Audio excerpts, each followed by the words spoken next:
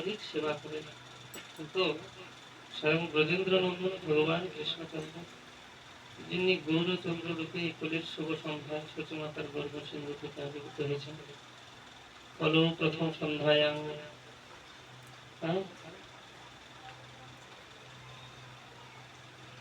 গৌরাঙ্গ অহং মহিতলে ভাগীরথী তটে রমে শুচিসুত বৈশ।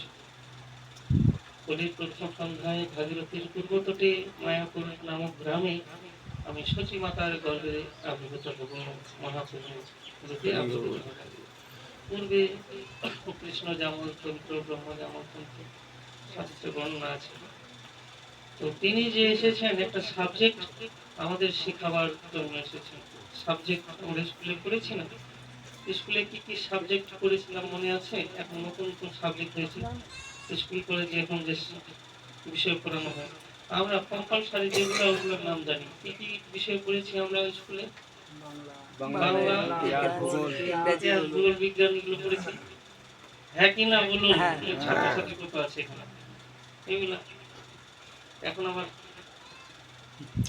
নতুন নতুন সাবজেক্ট বেরিয়েছে, আমরা মানে এগুলো শুনছি, হ্যাঁ, কিন্তু একটা সাবজেক্টের নাম শুনি নাই আমরা।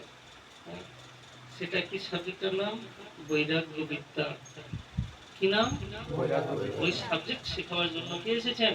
জয় সচিনন্দন গৌর হরি মহাপ্রভু কি জয়। বৈরাগ্য বিদ্যা নিজ ভক্তি যোগ শিক্ষার্থমেকং পুরাণ পুরুষ পুরাণ। বৈরাগ্য বিদ্যা নিজ ভক্তি যোগ শেখাবার জন্য মহাপ্রভু এসেছেন। সচিনন্দন গৌর হরি কি জয়। বৈরাগ্য বিদ্যা ভক্তি যোগের আরেক নাম দিয়েছেন, কত সুন্দর নাম, বৈরাগ্য বিদ্যা শেখাবার জন্য। তো মহাপ্রভু বিভিন্ন পারিষদ ভক্তদেরকে নিয়ে এক একটা লীলা মাধ্যমে জীবকে এক একটা শিক্ষা দিয়েছেন। তো তার মধ্যে আমি প্রয়াস করছি যে এই যে মাস, এই মাসে অধিক সেবা করছেন, পরিণাম করছেন, মনুষ্য জীবনের উদ্দেশ্য সম্বন্ধে সনাতন গোস্বামীকে প্রকৃতত্ব বিজ্ঞান দান করবেন। আমি ওই লীলাটা ছোট করে বলার প্রয়াস করছি। এক সময় সচিনন্দন গৌর হরি যখন 24 বছর বয়সে সন্ন্যাস লীলা, সন্ন্যাস আশ্রম অবলম্বন করলেন, আর মহাপ্রভুর বিরহে নদিয়াবাসীর যে করুণ দৃশ্য,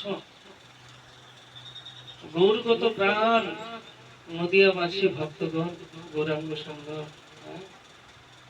গৌরাঙ্গ সুন্দর যখন সচিমাতা তো জানতো না উনি সন্ন্যাস নিয়ে নিয়েছেন, তখন ভক্তপক্ষে শুনলেন যে নিমাই সন্ন্যাস নিয়ে নিয়েছে। সচিমাতা ভাব করে কাছে নিমাই বাবা কি করবে?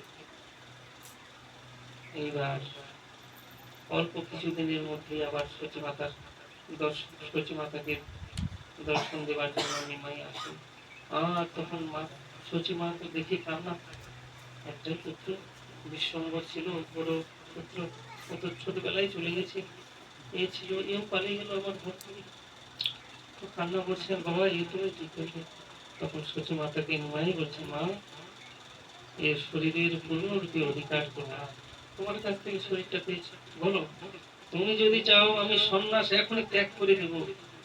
আর যখন এরকম মহাপ্রভু বলছেন তখন সচিমাতা বলছেন, বাবা না, তুমি যদি সন্ন্যাস ত্যাগ করবে লোকে নিন্দা চর্চা করবে, সন্ন্যাস আশ্রম অবলম্বন করবে আবার ভঙ্গ করে দেবে, আর যেটা আমি সইতে পারবো না।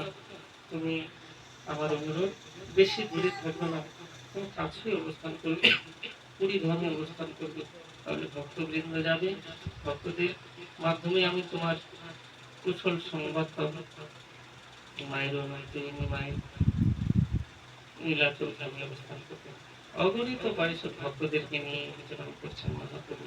বিচরণ করতে করতে এক সময় রামকেলি মালদা এসেছে, গেছেন?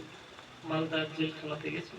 মালদার জেল আছে একটা, যেখানে আমাদের সর্বস্বামীর অন্যতম সনাতন গোস্বামীকে জেলে বন্দি হাতে পায়ে শিকল দিয়ে বেঁধে রেখেছিলেন।